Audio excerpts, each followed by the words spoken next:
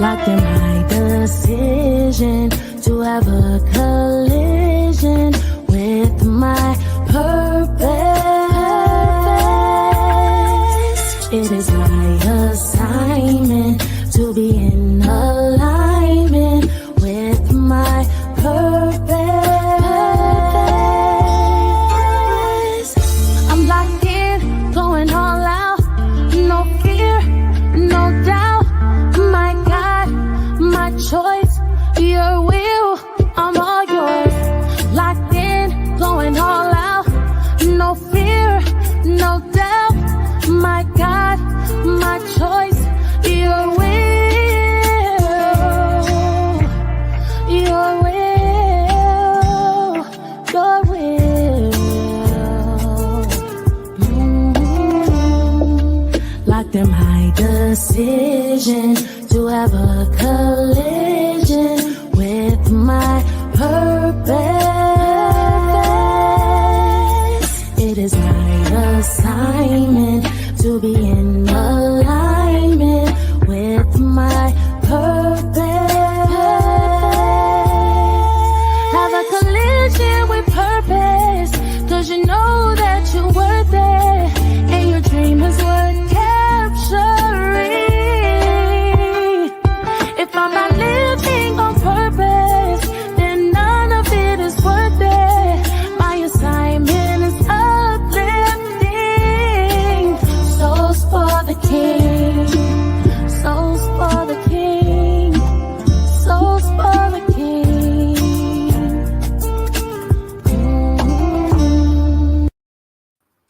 Greetings, friends of the A Collision with Purpose movement.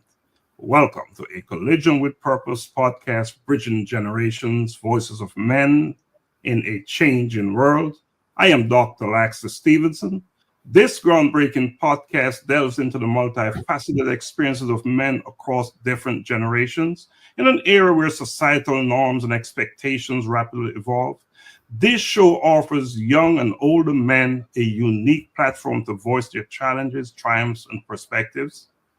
Each episode aims to foster understanding and bridge the gap between generations, exploring themes ranging from masculinity and mental health to career dynamics and personal relationships.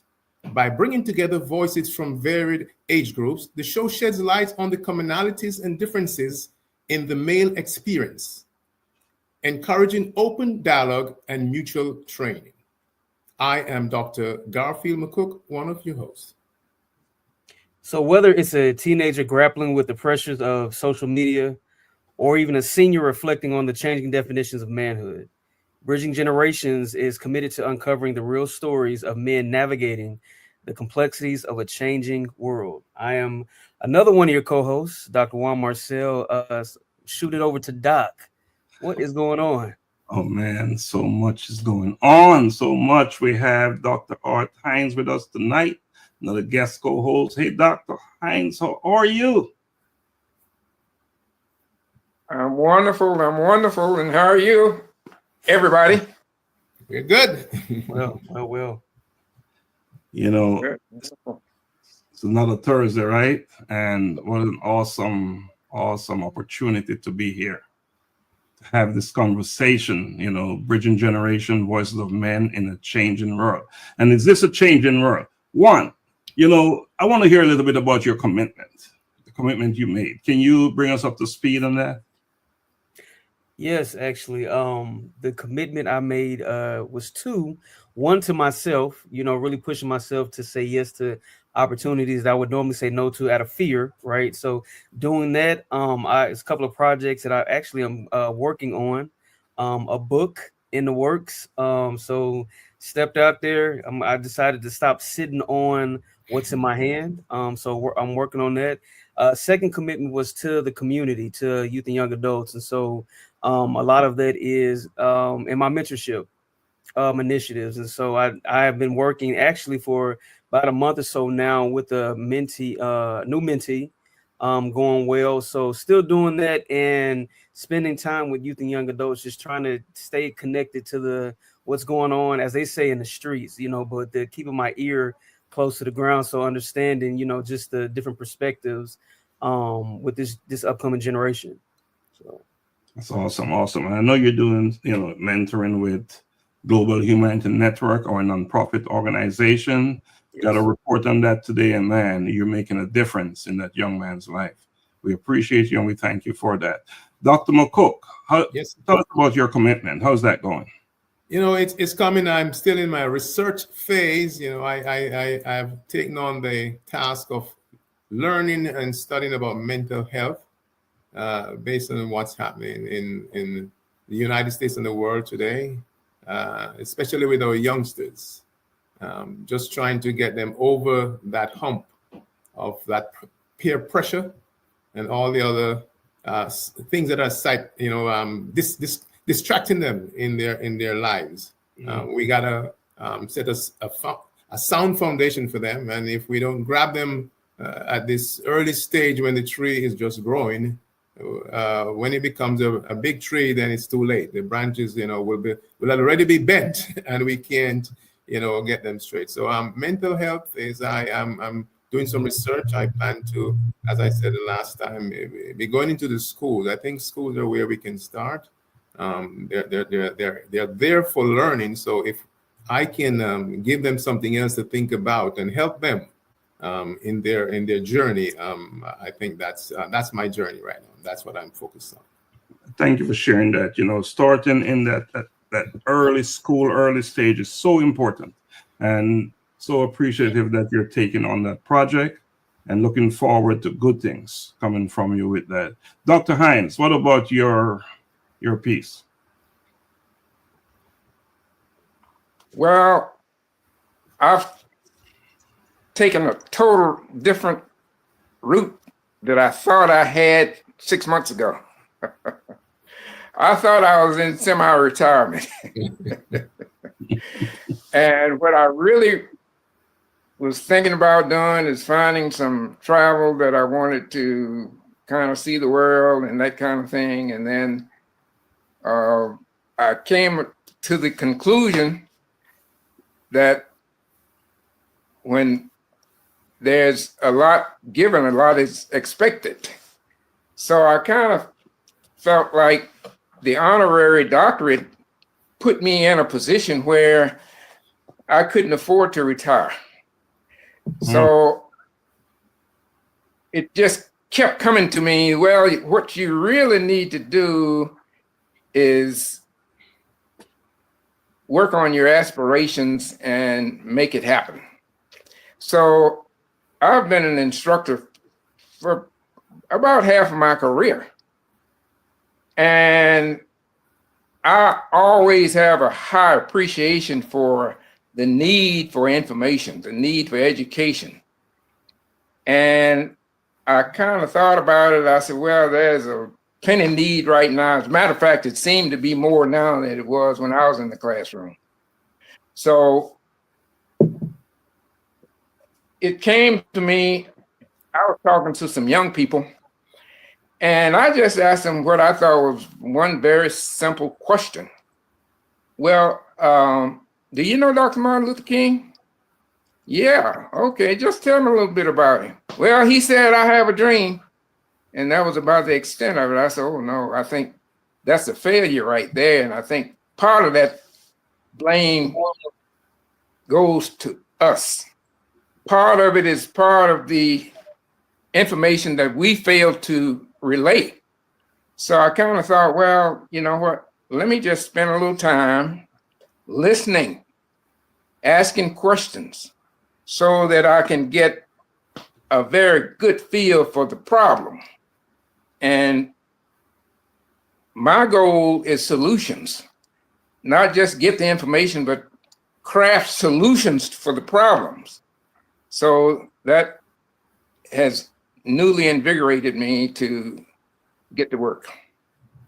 I appreciate you talking about education, the importance of it, and information. Our guest tonight is all about education, and I won't give it away. We'll be bringing him on in the second segment. But before we do that, let us bring on our producer, and she will shed some light on the colloquium. Let's bring on Dr. Donna Thompson. Hello, Donna. How you doing? Welcome to the show. How are you? Hello, good evening. I'm great. Thank you for having me this evening. Wow. How's everyone doing? Good. How are Fine. you? Good. One, Doing this without you is not an easy task, so we always like to bring you on. Even though this show is about bridging generation voices of men, your perspective makes such a big difference. So we always love to have you on here. Plus, who can explain it like you, right? You're the explainer. So I'm going to play a video and I want you to talk through it as we're playing it, okay? Okay. Alrighty. So, as we know that we are having our second year of a Collision with Purpose colloquium, which will take place on February 22nd at the Shiloh High School. And of course, it's going to be an evening of lots of entertainment, but a great part of the night is really self-discovery, right? Where you will kind of like reconnect with self and be inspired by other individuals and them sharing, their story. It's going to be an evening where we'll honor numerous individuals from the community who have been tirelessly doing, humanitarian work in their community. And we're just going to take an opportunity to, of course, honor those individuals. We're going to have guest speakers from across the pond, like Dr. Stephenson liked to say.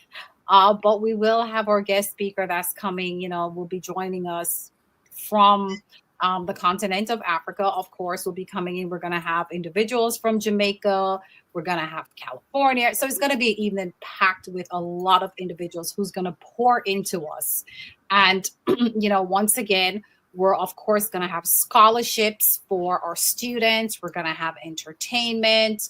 And definitely, it's going to be a night where you're going to pour into yourself as well and just kind of like rediscover yourself. Tickets are currently on sale. It's currently the early bird special for $60. So you want to go ahead, get your tickets now. It is an early bird special. The price will be going up, of course, and you can purchase your tickets at www.acollisionwithpurpose.com. So go ahead and jump on that opportunity and get your tickets. When you purchase your tickets, you will be receiving a copy of this powerful book, Daily Insights Unveiled, Your Odyssey to Find Purpose by Dr. Laxley Stephenson. I like to say to everyone, this is a book that you want to have with you every single where you go. If you like to pre-order your copy today, you can also do so. But if you purchase your tickets for the event, you will receive a signed copy of the book. So definitely come out and, just pour into yourself and support the event. Once again, that is February 22nd at the Shiloh High School. Doors open at 5 p.m. The event begins at 6 p.m. sharp. So you want to be.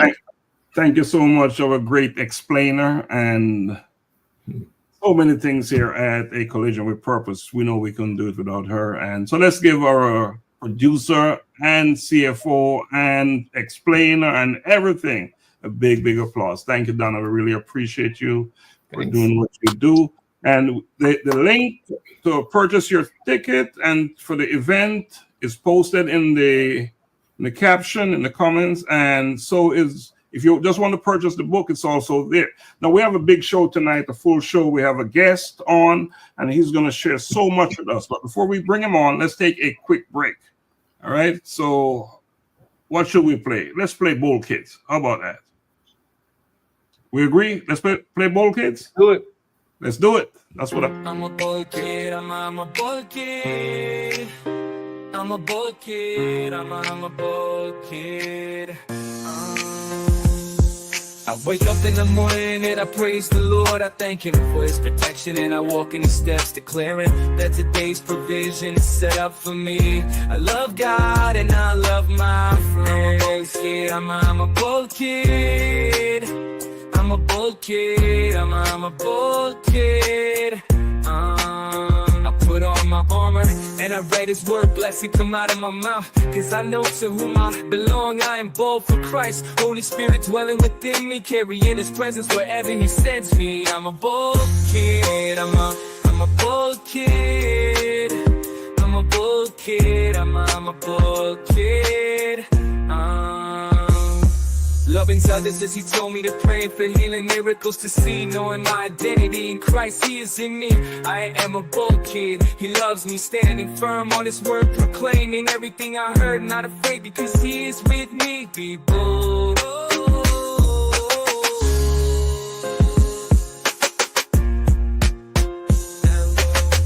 I'm a bold kid, I'm a bold kid, I'm a bold kid, I'm a bold kid. Put on my armor, and I let his word blessing come out of my mouth, because I know to whom I belong. I am bold for Christ, Holy Spirit dwelling within me, carrying his presence wherever he sends me. I'm a bold kid, I'm a bold kid, I'm a bold kid, I'm a bold kid. All right, welcome back. Welcome back to Bridging Generations, Voices of Men in a Changing World. And what a changing world we're living in. How about that song, Bold Kid, that whole line there? What's going on with that? It just speaks to the truth. It just tells you exactly what life is about and what being bold is, and from a kid's perspective, if you want to say that. And I think it just says a lot. I mean, people out there who are listening to it will jive with it. They'll remember it, based on the background music that is with it. And Juan, I know you're a bold kid, grown man, but a bold kid. Oh, absolutely, absolutely. I love the message. I mean, for all, like you were alluding to. Of all ages, we are all bold kids, and so I just love the message that it gives, especially to the younger generation. Especially to the younger generation. Well, I feel like I'm in that younger generation class. We all are. At least that's where I spend most of my time, because that's where it's happening. That's the future. Yeah. So what a great place to spend your time, brother Hines. I know you're a bold kid yourself. Yes, sir. I am. And I would change the perspective a little bit and say, in the making. I'm a bold kid in the making. And I think that's pretty apropos for a lot of our youth. A lot of our youth are very bold kids, but they're still in the making, and they still have a need for the imprint that we can help to make and pull out the reality of the bold kid on them. So I'll be working on that part of it. Well, keep on working on it. That's what it's all about. It's never built. Nothing is ever built. It's always being built, and that's what we're all about. It's always about learning, growing, being developed, becoming better and better and better, whatever it is we do. All right, so I think it's time. Right. Dr. McCook, Yes. Let's bring on our guest, and let's do it in a collision with purpose style. Yes. Well, it gives me great pleasure to introduce our special guest tonight. He is a distinguished best-selling author, award-winning leader, strategist, and public speaker based here in Atlanta, Georgia. He's the founder and president of the John Ughulu Foundation and Mainseed Christian University, dedicated to empowering individuals and uplifting communities worldwide. As the host of the Morale Booster podcast, he inspires audiences with his profound insights and personal development and leadership. A prolific writer, he has authored influential books such as The Morale Booster, The 7 P's of an Entrepreneur, and his research on entrepreneurship and leadership is published in esteemed journals. With a PhD in entrepreneurship, certifications from Harvard Business School, and mentorship from Les Brown, Dr. Ughulu has been featured in major platforms including Fox, CBS, and NBC.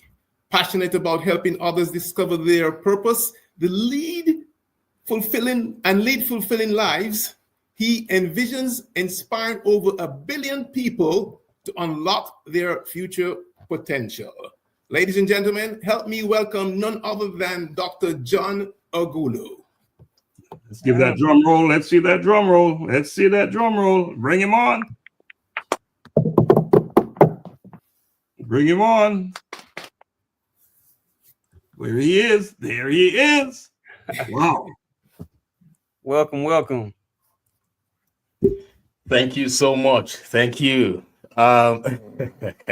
McCook, thank you so much for the beautiful introduction. In fact, when I grow up, I'll save up some money so I can plead with you to see if you can be someone who will be introducing me everywhere I go to. You did a fantastic job, but I know I cannot pay you right now, so I will save up so that one day I can reach you and say, hey, I have the money. Would you please be willing to go with me all over the world so you can introduce me?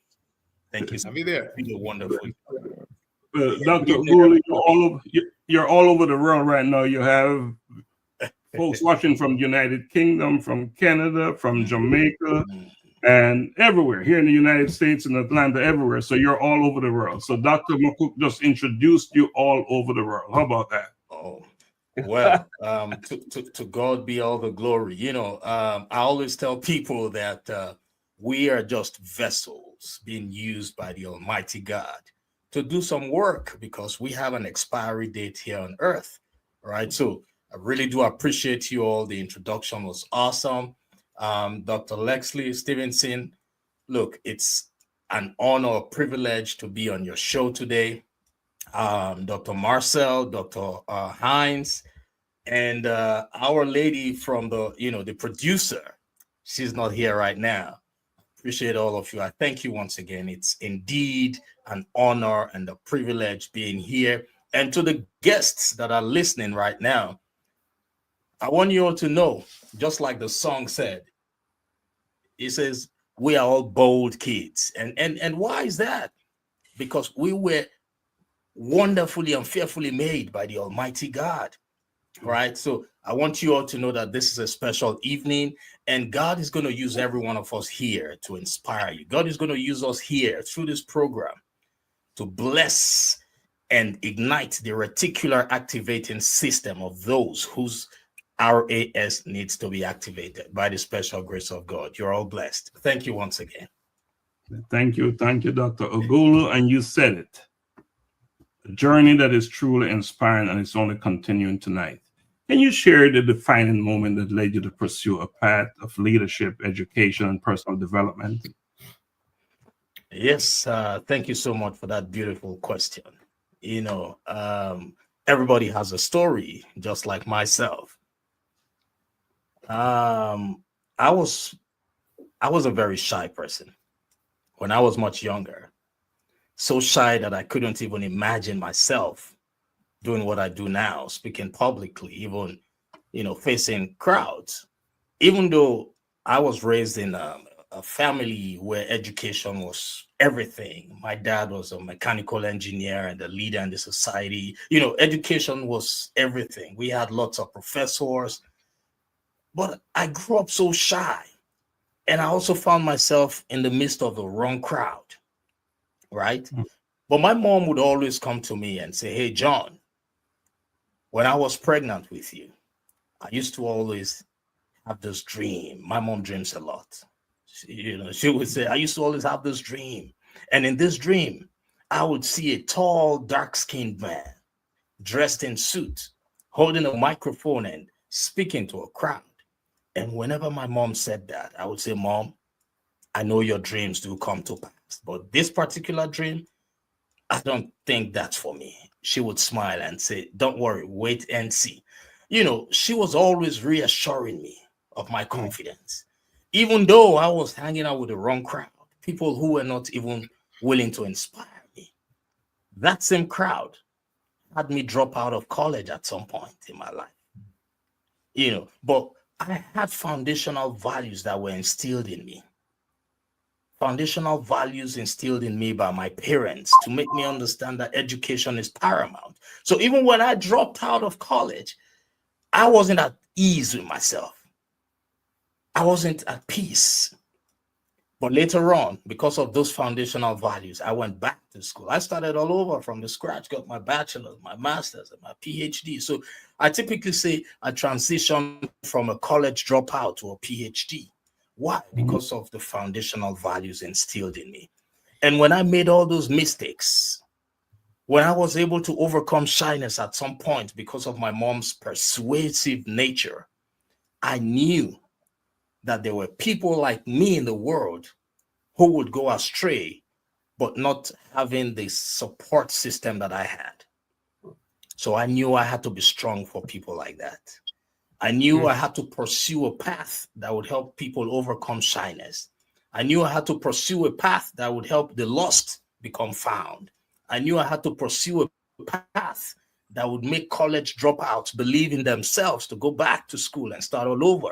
I knew I had to pursue a path, and that path was personal development. And that's how the whole journey started. And by the special grace of God, you know, they say momentum is key. Momentum is key. Forward movement, positive movement. From doing personal development, I became mentored by some of the best in the industry. When you set your mind at something, it's easier for you to attract what you want. That's what the law of vibration says. I am a great student of natural laws, because natural laws, you can never go wrong when you follow them. The law of vibration says every object in the universe bounces. And when they bounce, they go at a frequency. So when you place yourself on a frequency, the only things you attract are things on that frequency. So a lot of people are aware of the law of attraction, but not too many people know about the law of vibration, because the law of vibration happens first, because you have to place yourself on that level before you can attract what you need. So basically, the mistakes I made were exactly what pushed me towards personal development, pursuing education, because I lost it at some point, and that's it. So if I could do it, it means any other person can do it, but we need people to guide us. So I chose to be one of those who would pursue education to the highest level so that I can be a role model to someone out there. And you made it to that 2% club. By the special grace of God. Special grace of God. You know, your story resonated with me so much, because I myself was a college dropout. I gave it up, joined the military for 10 years, and then said, I don't need education. I was making money doing real estate. And then guess what? That went away. Art, you remember this, Dr. McCook? And then I said, no, there's another way. And then, just like you, associates, bachelor's, master's, doctorate, boom. So you did it, I did it. It can be done and should be done. So that's just encouragement. We're not saying what we achieve, but we're saying it because we want to let others know that they can also do it. So go out there and make it happen. Now, you are the billion people man. And your vision is to help over 1 billion people find their purpose. And, you know, we want to talk about that tonight because you're on a platform that's all about purpose, a collision with purpose. Mm-hmm. It's our business. Our business is all about purpose. So tell us what that is all about. This billion people find their purpose. All right. Thank you so much for that question. So now it still goes back to purpose, right? When I found my purpose, when I realized that it was possible for me to transition from shyness to public speaking, from a college dropout to a PhD, from an immigrant to a university founder, I decided that I would do everything humanly possible to help 1 billion or more people find their purpose in life on or before the 31st of December, 2041. Now, why? Because if I could do it, it means billions of other young people, or those who are still alive, can do it. That's the goal. So my vision is to make sure that before my time expires on earth, help 1 billion or more people find their purpose. I just don't want people going through what I went through. You know, yeah. So that's the vision. I see a world where, 1 billion plus people through me would identify their greatness, would know where they're from, would know why they're on earth, would know what they can do, and would also know where they're going to. That's just a very simple. My vision is so simple. It's not complicated. And by the grace of God, God has blessed me with a platform that can be used to make this happen. So it's just a simple one. I just don't want people going through what I went through. I just don't want people walking around and not believing in themselves. I just don't want people walking around thinking that they are not good enough or inundating themselves with limiting beliefs. I just only see a world where lots of kids would step out as bold as a lion. Imagine a shy kid. I used to be shy, but right now, I am microphone hungry. I want to speak everywhere I go to. My kids will see me when I go to anywhere, grocery stores, public places. I always want to speak to people. Why? Because I want to make sure that the person who is walking past me knows who he or she is and what he or she can accomplish in life. My kids complain. They say, "Dad, you want to talk to everybody?" I say, "Yes, that's my purpose." I speak publicly. I speak through virtual platforms. That's the only way I can achieve it. So that's my vision, helping people identify their greatness. 1 billion or more people. 1 billion by 2041.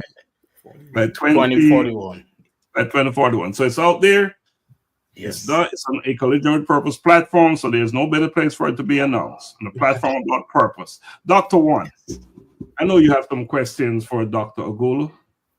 Well, yeah, kind of just a follow up to what you just said. You spoke a lot about helping people to find their purpose, of course, but so they don't make the same mistakes that you made. So what advice would you give to someone searching for clarity in their life's direction? Well, that's a great question. First, my suggestion is everyone who's listening right now, I don't know where you all are listening from, but I want you to, first of all, figure out what the meaning of the word purpose is. I am a communicator. I used to say I am a teacher, but I realized that there are two different people. A teacher is good at making easy things become complicated, but a communicator is good at making complicated things become easy. So I no longer call myself a teacher. I call myself a communicator. So let's start by encouraging people to go to the dictionary, like right now. Find what the meaning of the word purpose is. And when you figure that out, the next suggestion will be find what the meaning of the word future is. So when you know what that word purpose means, in my own opinion, purpose means whatever we are made for.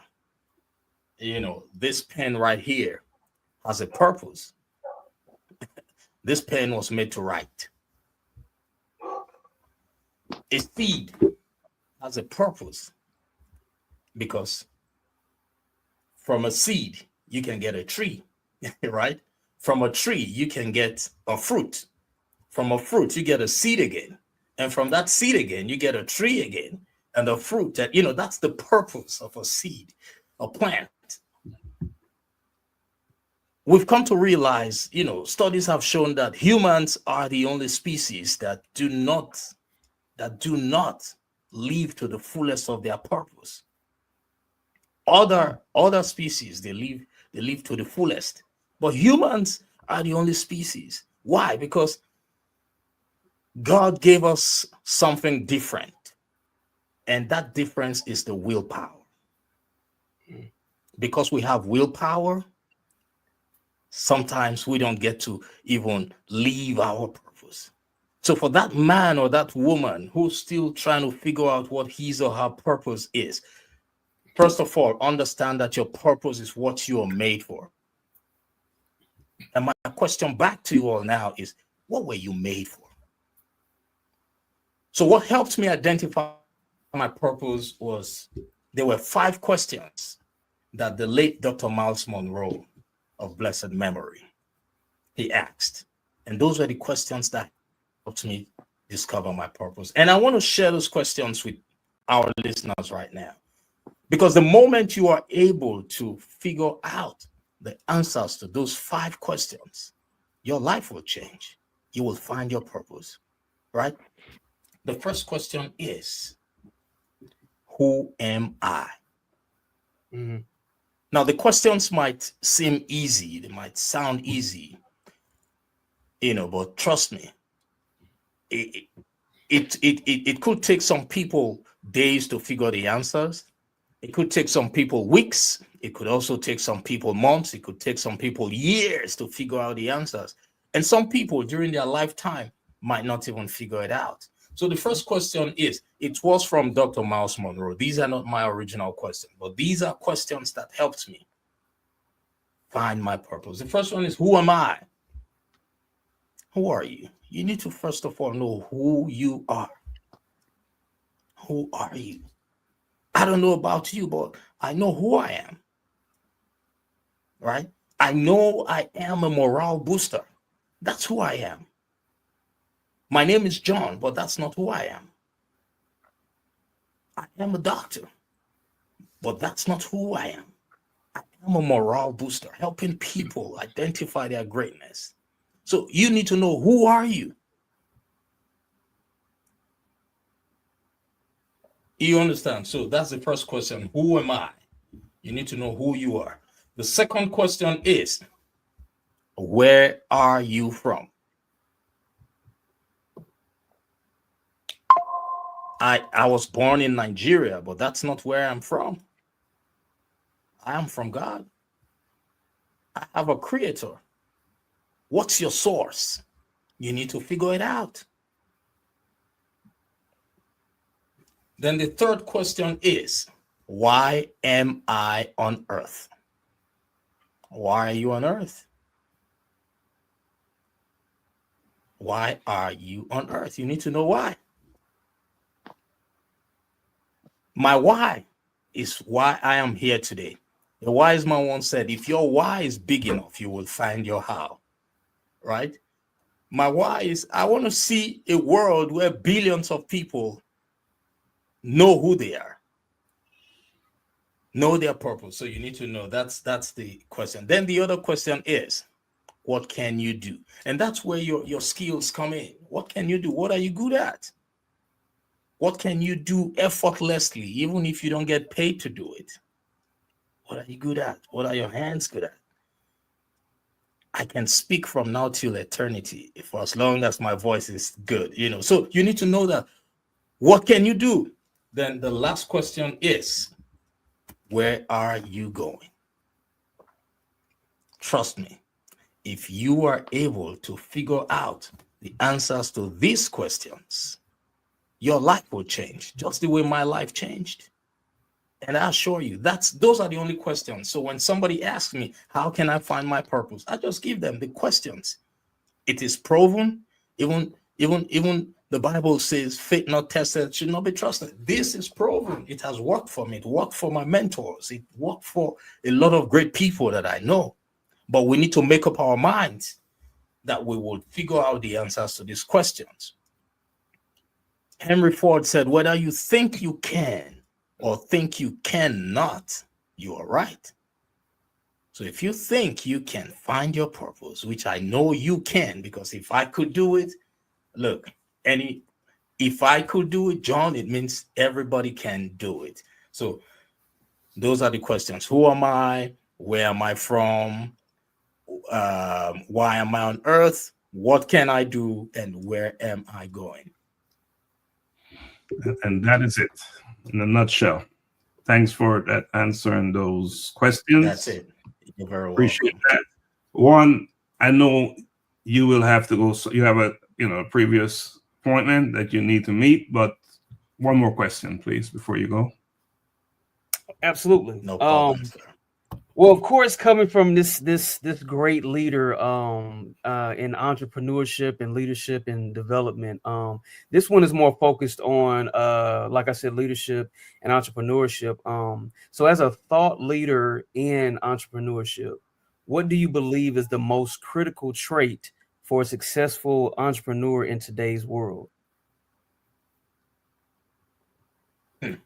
All right. The first thing I will say is you should understand that entrepreneurship is different from business. So people mix them, get them mixed up. Entrepreneurship is a mindset. It is a mindset. So we need to understand that it's paramount for us to, first of all, develop the mindset before going into business. The mindset is what would anchor the business.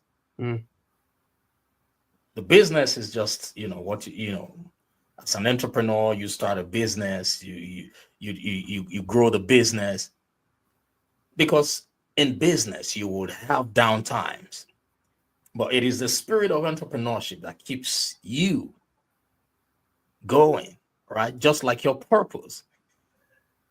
It is the spirit, it is a mindset. So the first thing is develop the entrepreneurial mindset. Understand that it is a mindset. So educate yourself about it very well. Do research. Not everybody can be an entrepreneur. Everybody can, but not everybody will be an entrepreneur. Because we have the willpower to do whatever we want to do. But understand it is a mindset. So when you have that mindset, then you can go and grab resources like this. I have this book here. It's titled The 7 P's of an Entrepreneur. I wrote this for aspiring and brand new entrepreneurs. It's available on Amazon, or you can get it from my website, johnughulu.com. It's titled The 7 P's of an Entrepreneur. Everything you need as an aspiring entrepreneur or a brand new entrepreneur, you would find it. It's not so much, just a few pages. Develop the mindset. Understand that it's a mindset. Yes. Appreciate that. Entrepreneur, Art, something about that. And Dr. McCook, as a true entrepreneur yourself, it's all about the mindset, right? The business is the thing that the entrepreneur builds, right? So, all right. So, Juan, we thank you for the question. I know you got to go, but just jump off whenever you're ready, okay? No problem. Thank you all.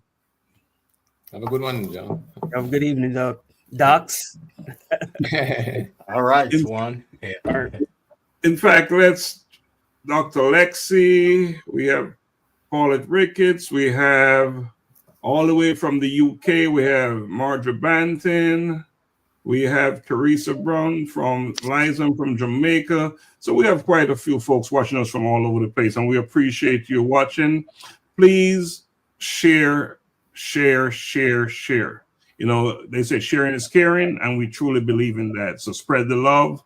Spread the wisdom that you're hearing tonight from our guest, Dr. John Ughulu.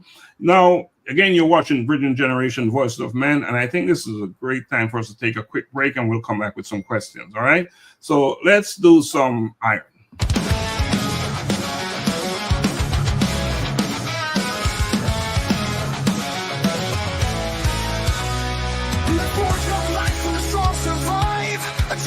Of hearts that strive through fire and flame, they find their way, becoming iron where courage holds sway. Becoming iron, with hearts forged in fire, tales of courage and the fiercest fight, becoming iron, shining in the night. The brave man faces the darkest night. The empowered man fights with all his might. The resilient man stands unwavering and strong.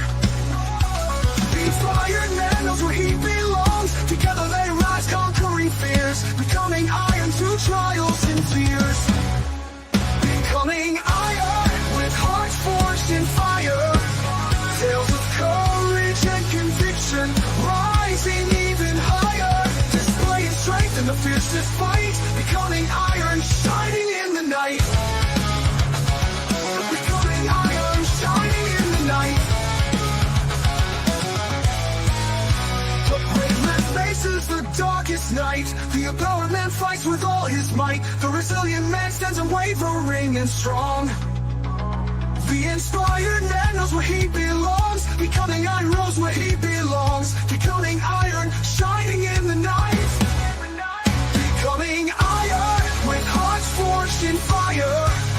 Tales of courage and conviction, rising even higher. Displaying strength in the fiercest fight. Men becoming iron, shining in the night.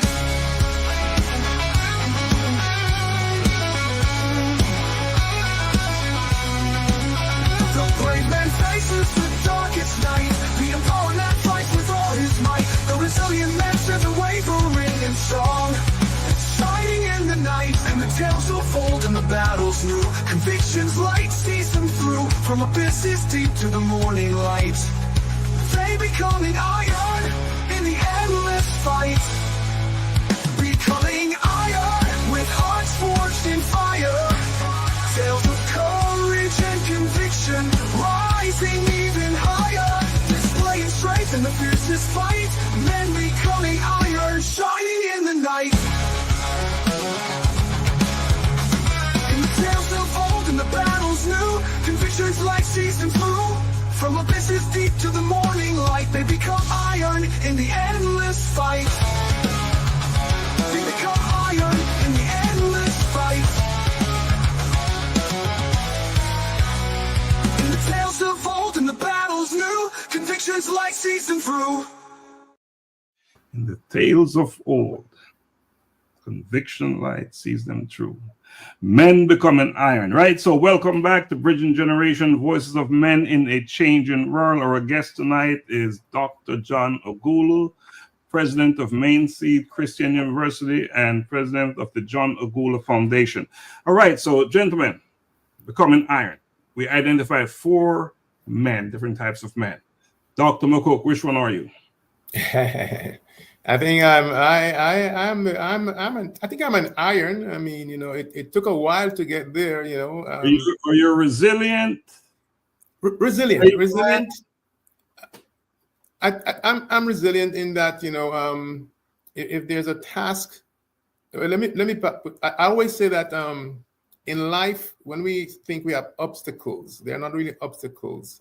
It's God challenging us. He's giving us a test. And all we have to do is be resilient and pass the test.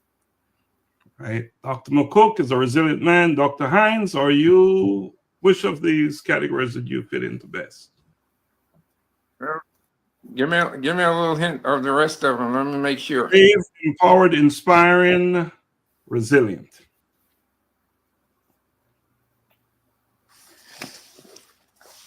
I'm going to say resilient. And resilient because with resilient, it takes a certain amount of stick-to-itiveness.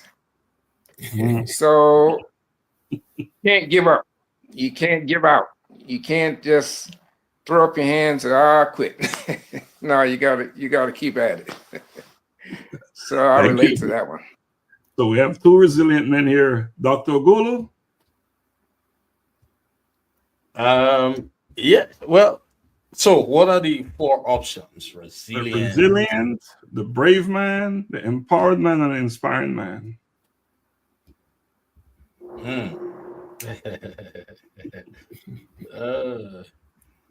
Okay, so I am writing it down. Resilient, brave, empowered, and inspiring. I will say I am the Genesis 1:27 man.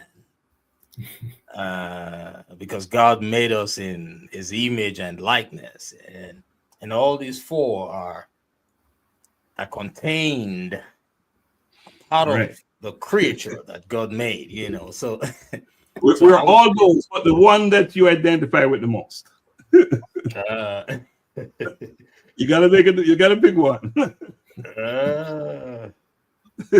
so I would say I am all of them, but if I get to pick one, that will not be a sincere answer. Okay. Yes, that will not be a sincere answer, because I am brave, extremely brave, like extremely brave.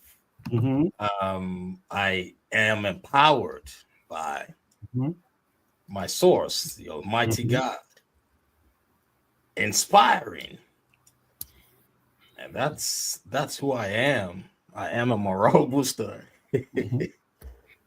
So if I were to pick one, that would not be an honest answer for me. Yeah. Well, Okay. yeah. Well, the thing is, we're all of those make us into who we are, right? If you identify with them. But the real true question is the one that you identify with the most. And all things are not equal, as we know. And for me, I would say the brave man faces the darkest night and just keep moving. Okay, I'll say I am resilient too. Or I'll say I am empowered. Let me say I am empowered by God. So with the empowerment from God, every other thing comes with it. So yeah, I am empowered by God. Awesome. And I know, for us to be doing what we do, where all of those things, somewhere we fit into them. Yes. And they fit into us, and we're all those things. But there are certain things that stand out more in us, and certain traits, certain behaviors. Anyway, so that was the purpose of that question. Well, now let's get back to the main thing. And so, Dr. McCook, questions for Dr. Ughulu? Well, let me back up a little to what he mentioned something earlier about at one time he saw himself as a teacher, but now he sees himself as a communicator. And I like that analogy in that he says teachers take simple things and make it difficult, while a communicator takes difficult things and make it simple. I remember in high school, I had some science teachers, and Mark, they know their material, but they just could not communicate it to us so we could understand.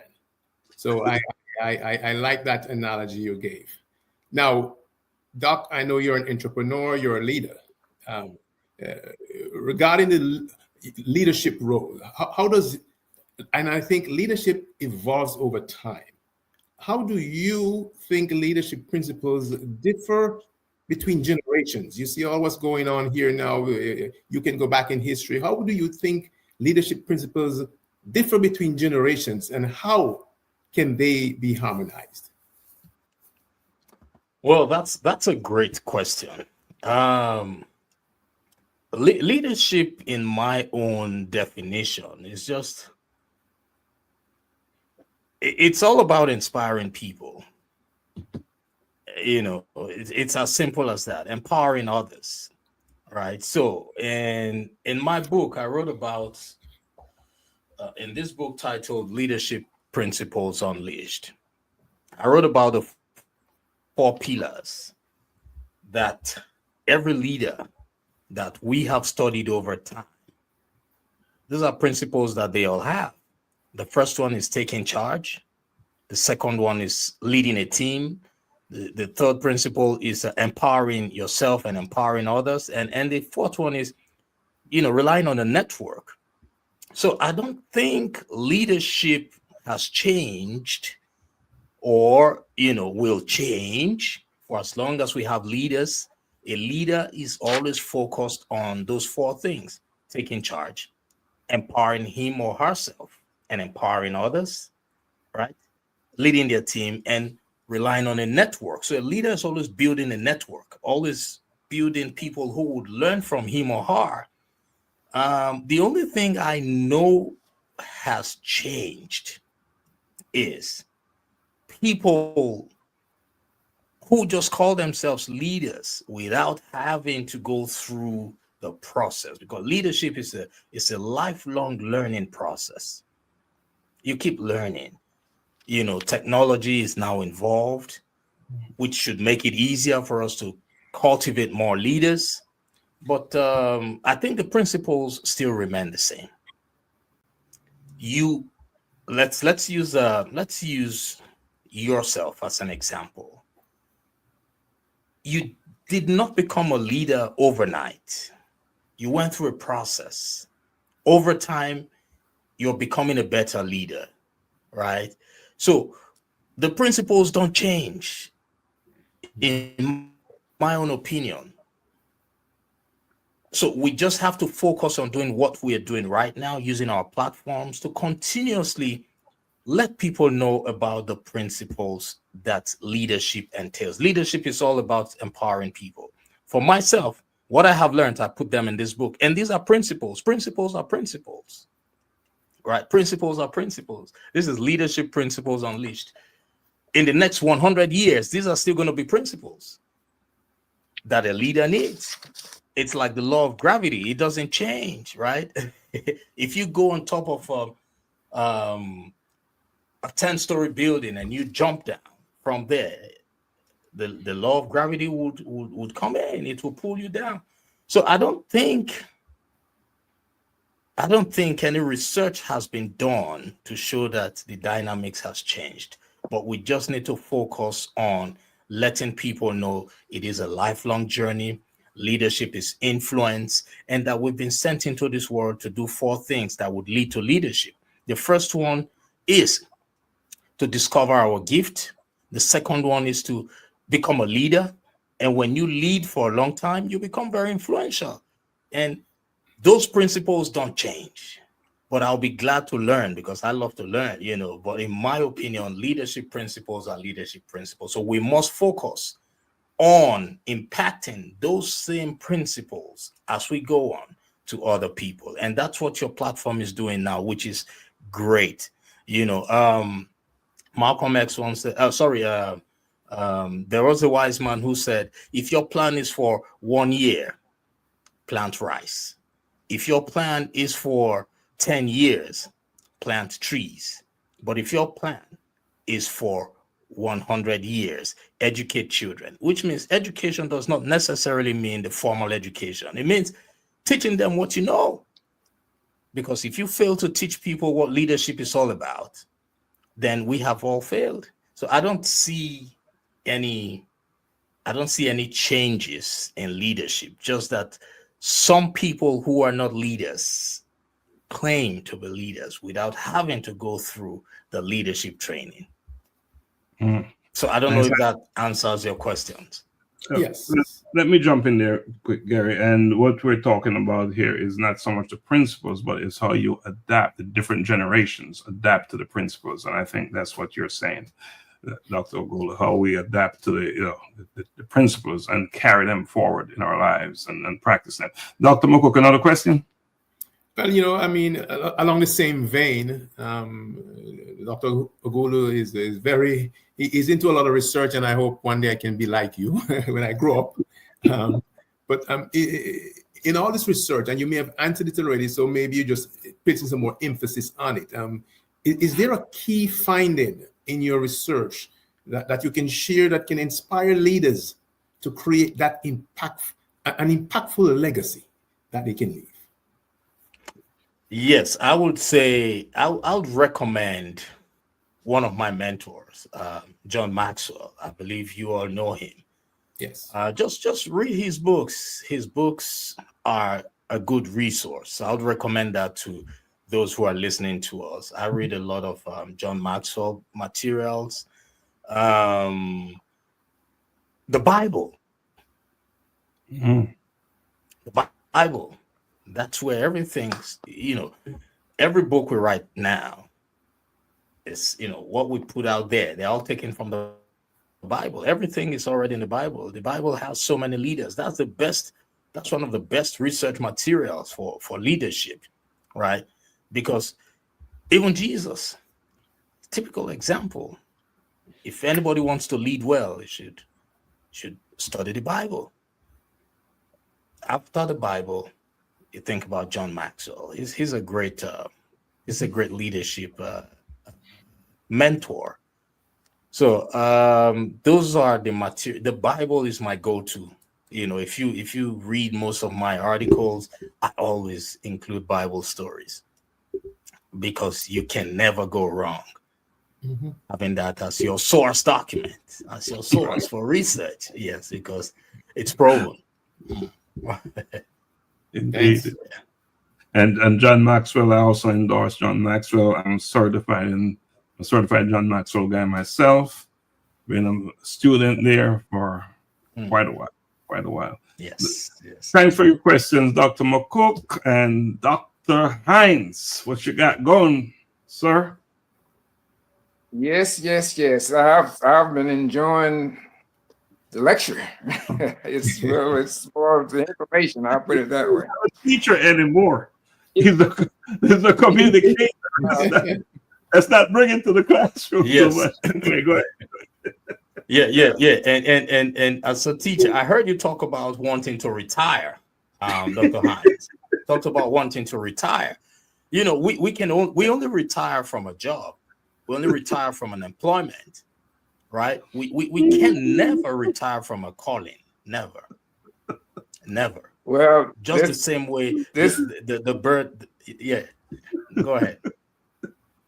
This honor is teaching me that every day now. Oh yes. Yeah, just like the bird. The bird flies till it dies, right? That's the purpose of the bird. To fly. The fish swims till it dies. So if we are doing anything that we're looking forward to retirement, it means we have not found our purpose. Right. Because our purpose knows no retirement. That's why it's very important. We must know what we are good at. That thing that we can do day and night, even when we are not getting paid to do. You see that word? Even when you're not getting paid to do it, you need to love it because that's your purpose. So no retirement for you, sir. So don't. I think he understands as well. He's back in action. Dr. Art, back to your question, sir. Okay. Well, I know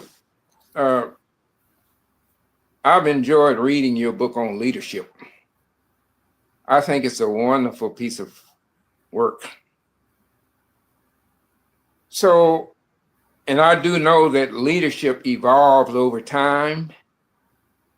So my question to you is, how do you think leadership principles differ between generations? Leadership between an old guy like me and the young guy who's just coming up. And how can they be harmonized? Through communication. The younger generation, as they come up, they still need mentors. And who will those mentors be? Us. The 1 billion people I intend to impact, I intend to transfer my leadership principles to them. I just want to make it simple. They need mentors. So when you build your own domain of young people or the younger generation to understand the leadership principles, the principles don't change. The styles might change. The principles itself don't change. It's all about leadership is influence. It's influence. So what we need to do is to constantly transfer what we have learned as regards leadership to the next generation. If we cannot do that, then we have failed. We don't want a world where leadership does not align with the original leadership principles. Let's always remember that leadership is different from management. Principles are principles. Natural laws are natural laws. They don't change. You only choose the ones that you want to work with because you have the willpower. I don't know if this resonates with you. Now, we know we are transitioning from pen and paper to click computer, right? That's a transition, but that has nothing to do with leadership. The styles, the techniques, the equipments, the gadgets, the tools for leadership might change, but the principles of leadership are there. It's all about motivating people. A leader does not have to be a technical person. Not technical. A leader does not need to be too good at a job, right? A leader must be good at inspiring people who are good at something. I don't know if that resonates with you. The leader is not the most intelligent person. It's not the best at the job. But the leader is that person who sees farther than others and who sees before others see. That's leadership. So when we say it evolves, we need to be specific. What evolves? It's all about motivating people. That will not evolve. That will not change for a leader. As a leader, if your job is not to motivate the engineer who's so good at his job, then that's not leadership. Your job is, hey, you have an engineer on your team. He's so good or she's so good. And you don't even know anything about that job. Your job as a leader is to motivate that man or that woman so that they can believe in themselves, so that they can understand that, hey, I have someone on my side who would inspire me. Even when I make mistakes, he can say, hey, it doesn't matter. Failure is a sign of work in progress. Keep going. I believe in you. That's a leader. So there's a difference between a leader and a manager. So that's why I say those leadership principles will not change for as long as you and I decide that what we have learned from our leaders, we're going to transfer it to the next generation. That's our role on earth. Like I said, the tools and resources might change. But the basic thing about leadership, which is influence, which is inspiring others, will not change. Having emotional intelligence. When you have emotional intelligence, you know that you're not supposed to do something that will hurt the next person. That's a principle that you want to abide by. You know, it wouldn't change. So if I make a mistake and you cannot say, hey, you know what, keep going, I know you're good, you better. If we cannot impact that to the next generation, then the next generation would not be leaders. We would not call them leaders. So I don't know if my philosophy aligns with what you were expecting, but that's what I see as leadership. Leadership Well, it's well said. It's about transferring knowledge is what I'm hearing. That's it. That's it. Transfer it. Yes. Yes, absolutely. Dr. Hines, another question, please. Yes. Dr. John, you are a true leader. You're the president of Mainseed Christian University. Now, what I really would like to know, what unique approaches does the university take to empower students academically as well as spiritually? Yes, that's a great question. First of all, we focus on utilizing emotional intelligence for the people that work with us, because when you empower the people around you, the students will be happy. So we have a structure whereby I try to always let the people who work for the university do their jobs. I don't interfere.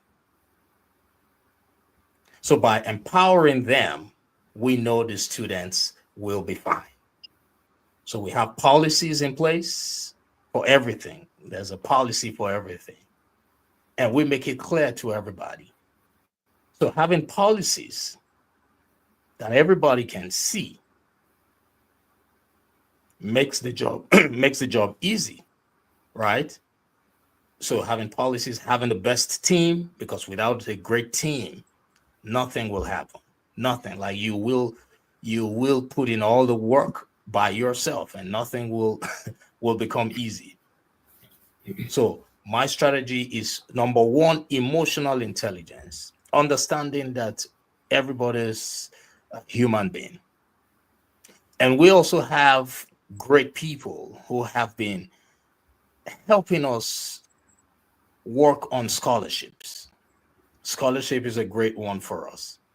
So our goal is we're bringing in people who cannot afford the conventional university tuitions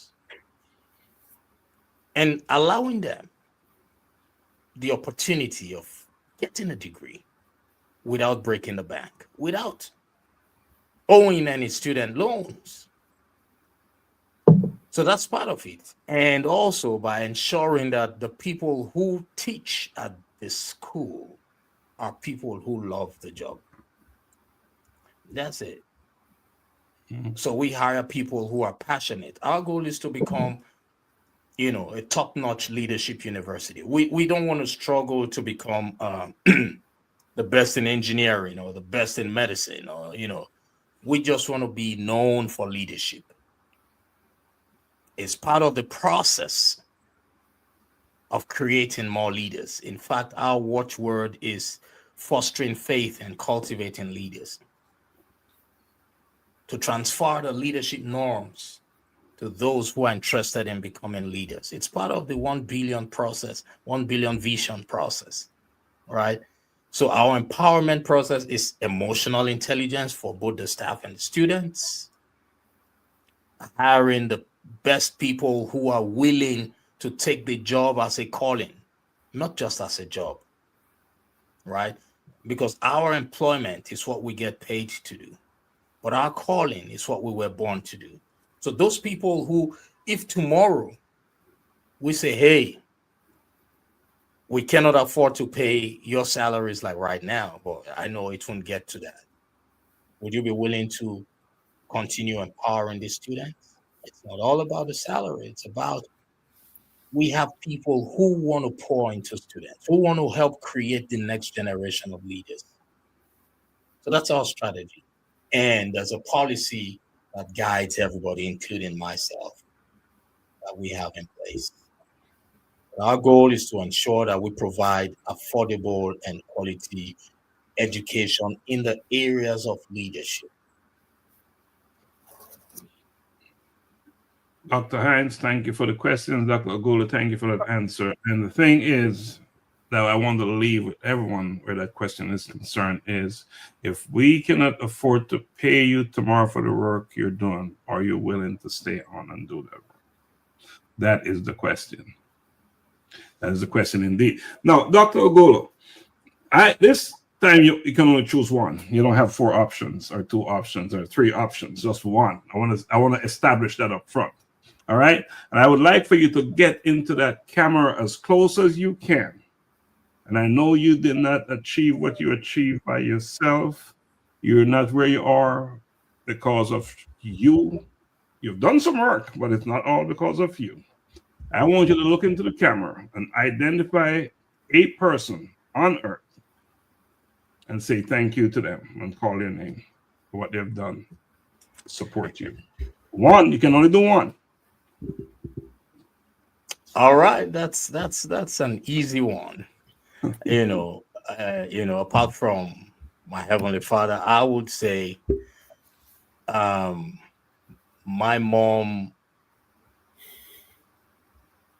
Queen Ughulu, is an awesome person. Just one, because my dad is no more. He passed when I was still a teenager. So my mom single-handedly, raised me from the point where my dad died.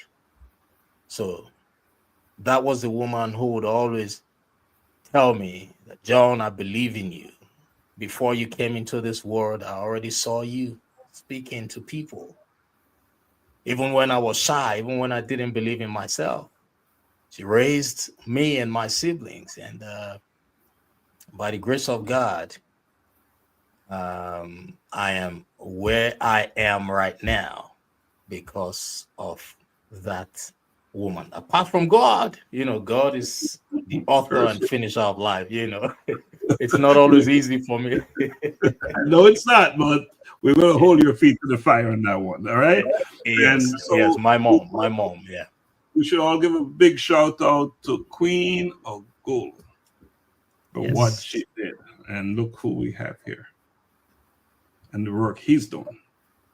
All because of what? Her commitment, her dedication, and what she instilled in this gentleman right here. So big up, big up, big up, big up, Queen Ughulu. Let's give her one of these, guys. Come on, let's give it up for her. All right. So, we can't stay here forever. We don't have that luxury to stay on here forever, and there's so much more to talk about. But something I really want you to talk about is dig a little bit deeper into the scholarships that you're offering, your institution is offering at Mainseed University, because that's a big, big, big deal. Yes, it is. And that would not have been possible without great leaders like yourselves. Even God will surely make a way. That's what we're told, even where there seems to be no way. As a new institution, we are struggling in some areas where typically the government would come in and support the conventional universities. And as a new religious-based institution, we do not have the right funding at the moment that we need from the government. But we have been blessed with a community, with a group of people who have keyed into the vision, who understand that their collaboration with the university empowers others. So I want to say thank you all. You are all part of our community, and you've been responsible. Look, every student we have right now, as a new institution, they are on scholarship, courtesy people like yourselves. So we have private individuals like yourselves who, through their support, have made it possible for us to provide education, scholarships for people, for our bachelor's degree program, master's degree, and PhD programs. And the scholarships are available. We've been reaching out to people, letting them know that these scholarships are available. And I want to talk to anyone who's listening to us right now. If you know anybody who's just getting out of jail, prison, and that person is thinking of starting life all over, look, we will be home at we will be their educational home to help them transition from where they are to where they want to be, because we have the scholarships available, courtesy private, great, good, God-fearing men and women like the hosts of this program, who have done tremendously well to support what we do. So scholarships are available for the bachelor's, master's, and PhD programs. So if you know anybody who wants to become a great leader, Leadership is a journey. Mainseed Christian University is an institution where you will not just only, grow in faith, but become a great leader. So we have scholarships available. When I say scholarships, I am talking about full tuition, like tuition free. So the only cost to the students will be like the application fees, which should be about $75 to $105. It depends on the degree program, and they will, of course, buy their own books. That's it. But the tuition is free. Tuition is free, and this is offered not just here in Atlanta, in America. This is offered worldwide. Am I correct in saying that? That's correct. Yes, So, everybody is welcome. For as long as your goal is to develop in faith and to become a leader, that's all. The goal is to cultivate leaders, and that's the goal. Yes, you're welcome. right. So you heard it here. The Collision with Purpose, Bridging Generation, Voices of Men. Our guest tonight is Dr. John Ughulu, president of Mainseed Christian University. And we want to talk a little bit about your foundation. But that's another big piece of what you do in your billion man movement. Yes, absolutely. That's correct. So the John Ughulu Foundation is a 501c3 nonprofit organization.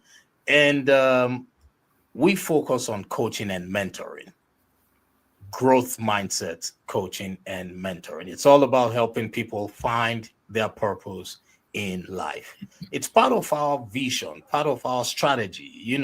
Greg Reed once said, a goal written down, a dream written down with timelines becomes a goal. A goal broken down into little steps becomes a plan. And a plan backed with action makes your dream come true. So the vision is empower 1 billion people, right? We wrote it down. It became a goal. So when you write your dream down, which we did, it became a goal. But having that big goal of saying, hey, I want to empower 1 billion people, you need to break it down into little steps. So John Ughulu Foundation was one of the steps for reaching out through coaching and mentoring. The university is another platform for reaching out, coaching and mentoring. The podcast, another platform, reaching out. So that's how we intend to help people identify their greatness. So John Ughulu Foundation is focused on coaching and mentoring for growth mindset in particular. That's what we do. Yes, that's what's up right there. That's what's up. We joined on our conversation tonight. Dr. McCook, you got to ask one final question. Dr. Hines, one final question, then we'll go to closing arguments. So let's try and get it done in a timely way. Dr. McCook, please. Yeah, Dr. Ughulu, it's been a pleasure. It's been a warm afternoon listening to you speak. I've listened to folks in the past, and some people are boring, and you have a lot of energy, and you hold your audience. Communication, I know, is very important to you. Now, from a public speaking standpoint, and I know public speaking can be a daunting challenge for many. What are some of the practical steps from your book, From Shyness to Public Speaking, that can help individuals overcome this fear? Yes. I do have that book here, From Shyness to Public Speaking. It's available on Amazon for those who want to overcome shyness and become public speakers. So the first thing is believing in yourself. Mm-hmm. Believing in yourself. A wise person once said, if you get rid of the enemy within, then the enemy from outside can do us no harm. If you get rid of the enemy within, then the enemy from outside can do us no harm. What does that mean? for me to explain the meaning of that, I need to first of all give an example of what some of those enemies are. The first one is not believing in ourselves. That's one great enemy. The second one is procrastination.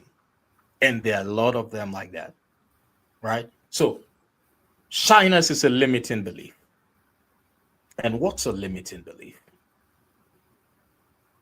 A limiting belief is a belief that prevents us from achieving our goals. That's it. Saying, hey, I don't like public speaking. That's already a limiting belief. Why? Because studies have shown that leaders are speakers. Studies have shown that leaders are readers. So, and our assignment on earth is to do what? To discover our gift, to serve our gift to the world, to lead, and to leave an impact. So if you are not going to speak because of shyness, it means that, to me, that's a sin already. You're already committing a sin. So first of all, remember, when you remember that it's a sin to be shy, which means you would not be able to communicate what God has asked you to come into this world to do to the next generation. You're robbing them of what you should teach them. So the first thing is believe in yourself. Know that as a leader, you must speak. Leaders are speakers. Leaders are readers. That's the first thing I wrote in here. Believe in yourself. When you believe in yourself, everything changes.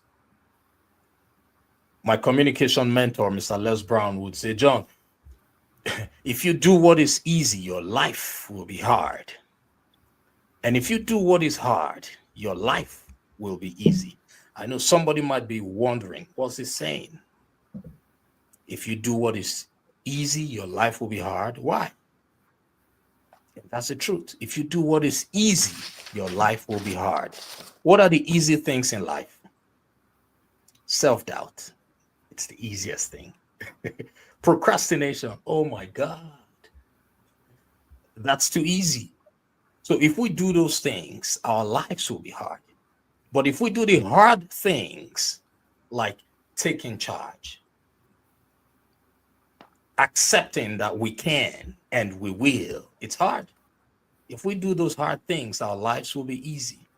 So for that person who's listening to us right now, who's shy, who's thinking of overcoming shyness, I want you to imagine this, that John used to be a very shy person, not just shy, extremely shy. I don't know the medical word to use to describe my shyness, but I want you to know that it was at the peak, the highest level, where when I go to public places, I like to stay close to the exit door so that if I notice that somebody's going to mistakenly ask me to come to the stage or come say something, I'll just, I'll have to run out of that hall. It was that bad. It was so bad that I wasn't comfortable with people I wasn't close to. So, but today I am microphone hungry. I don't even need to prepare myself. I stay prepared. If I could transition from shyness to public speaking, then it means every other person can do it. And you have to do it because as a leader, you must speak. Leaders are speakers, leaders are readers. So go get a copy of this book. The 10 steps I took are in here, but I just shared one with everybody. Believe in yourself. Believe in yourself and your God-given gift, from shyness to public speaking. And that's a big one. And you asked the question, what is the term for shyness? That in Jamaica we say you're afraid. Yes, we use that in Nigeria too. You say you're afraid. Say you're afraid. You're afraid. That's all right, gentlemen. Let's keep it moving. Time is on us here. So who's next? Next question. One more. One quick question. Next one, please. Time is on us. Okay, my quick question is, now I'm and education is often seen as a tool for empowerment. So my question is, what role does lifelong learning play in achieving personal and professional goals? Lifelong learning is what we were sent into this world to do. That's it. That's why we have an expiry date. God said, go into the world and what? Multiply. Some people think the multiplication is all about reproducing children. No, go and multiply, because God gave us too many things, too many, from living things to non-living things. So we need to constantly learn. We need to constantly upgrade our learning process.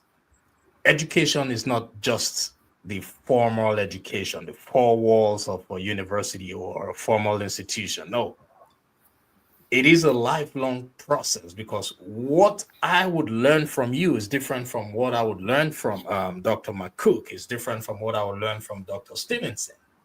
And what you already know is different from what you would learn from. We even learn from children. So that's just the word. So they say that when a man stops learning, he starts doing what? He starts dying. The day we stop learning, then we start dying. That's how it is. So we would learn till the last day. Even on our deathbed, we would learn what it feels like to struggle for air, and the air is not coming by, right? We would learn last lessons to say, hey, I'm trying to breathe, and the air is not coming, but my nostrils are open. So it's going to be, we will learn till the day we die. Amen. You're learning or you're dying. That's it. That's it. That's it. So, gentlemen, final thoughts. Dr. Ughulu, is there anything that you'd like to add in terms of a closing argument? This is the opportunity to do so. Yes, sir. Thank you so much. First, I want to say thank you to you and your team for having me here. And I don't know who's listening to us right now, but I know somebody is listening, and I'm speaking to you. You, yes, you who's listening to us. Before I go, I want you to, first of all, know that your belief system matters. And right now, I don't even know where you're listening to us from. I don't know what you know about yourself. Neither do I know what the people around you know about you. But here is one thing that I, John, know about you. Yes, you who's listening to us. I know you have greatness within you. I know you have all it takes to become the best version of yourself. I know you have all it takes to transition from where you are to where you want to be. How do I know that? Because if I could transition from a college dropout to a PhD holder, from a shy person to a public speaker, and from an immigrant to a university founder, it means you too can. It means you have the ability to even do more than what I have done, because you have greatness in you. So I want you to believe in yourself. That's all I want to share before I call it a day with everybody. You have greatness. And thank you all for having me here. And you're doing a great job. Please, no retirement. The work just got started. No retirement. No, we're going to do this, even if we don't get paid to do it. No, hope we agree on that.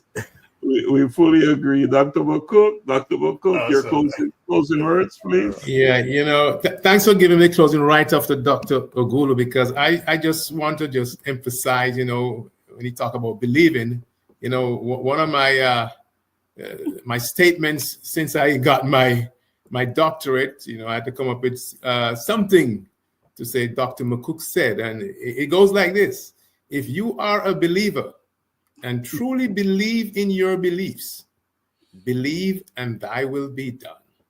So that just echoes what he's saying. And just to add on, disappointments are only a test from God. Just pass the test. Mm. Things are happening here tonight. Dr. Art Hines. Thank you, Dr. McCook. Dr. Hines, final thoughts? Well, my final thought has to do with just do it. Just do it. You know, we talk about leaders or readers. So just read. Leaders lead. So just lead. You may not have all the answers up front, but you start leading, you learn some. And the same about speaking. Speakers speak. So I just appreciate this opportunity to share with great men. And I just like the concept of the network. So just lead and build a network to help you to continue to lead. And I like the golden nugget of wisdom that I got from Dr. John, who said,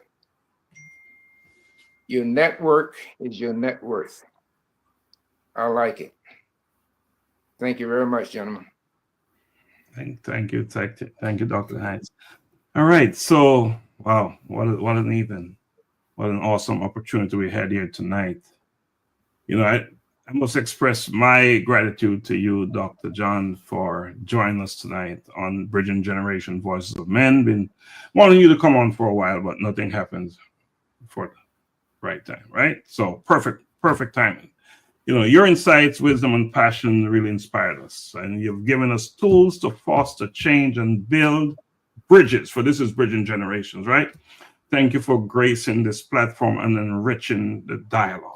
Truly appreciate that. To my brothers and co-hosts and sister, Dr. Donna, thank you for standing with me here tonight, guiding the discussion with eloquence, humor. So we did have some humor, right?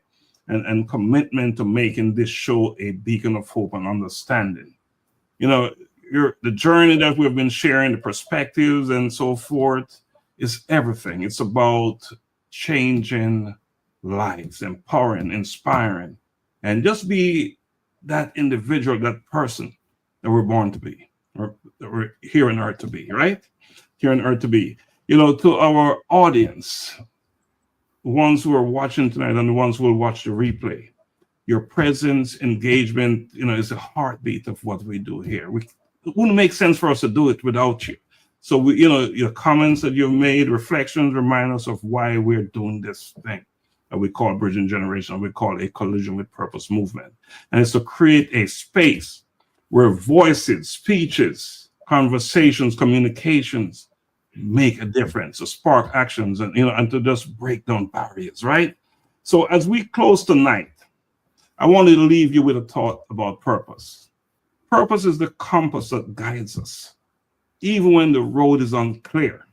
Purpose is the fire that fuels us, even when the winds of life blow hard, right? So I want you to understand that no matter where you are on your journey, your purpose journey, know this: your purpose is unique, it is powerful, and it's necessary. You're of significance, you're of value, you're important. All right. So while it may take some time to uncover your purpose for some people, and Dr. Ughulu, you talked about that tonight. You talk about that. Every step you take toward it is a step towards finding and discovering your purpose and ultimately changing the world. As much as you are saying you want to do 1 billion people by 2041. And I have no doubt that you will do that. No doubt that you will do that. So together as men of different generations, and we have different generations here tonight, we're called to lift each other up by sharing our stories and ignite purpose in the hearts of those around us. So let us keep building, keep bridging, and keep believing. That is it. That's all I have to say. Thank you and blessings always. Dr. Ughulu, we ask that you just stay back with us for a moment, please, while we sign off.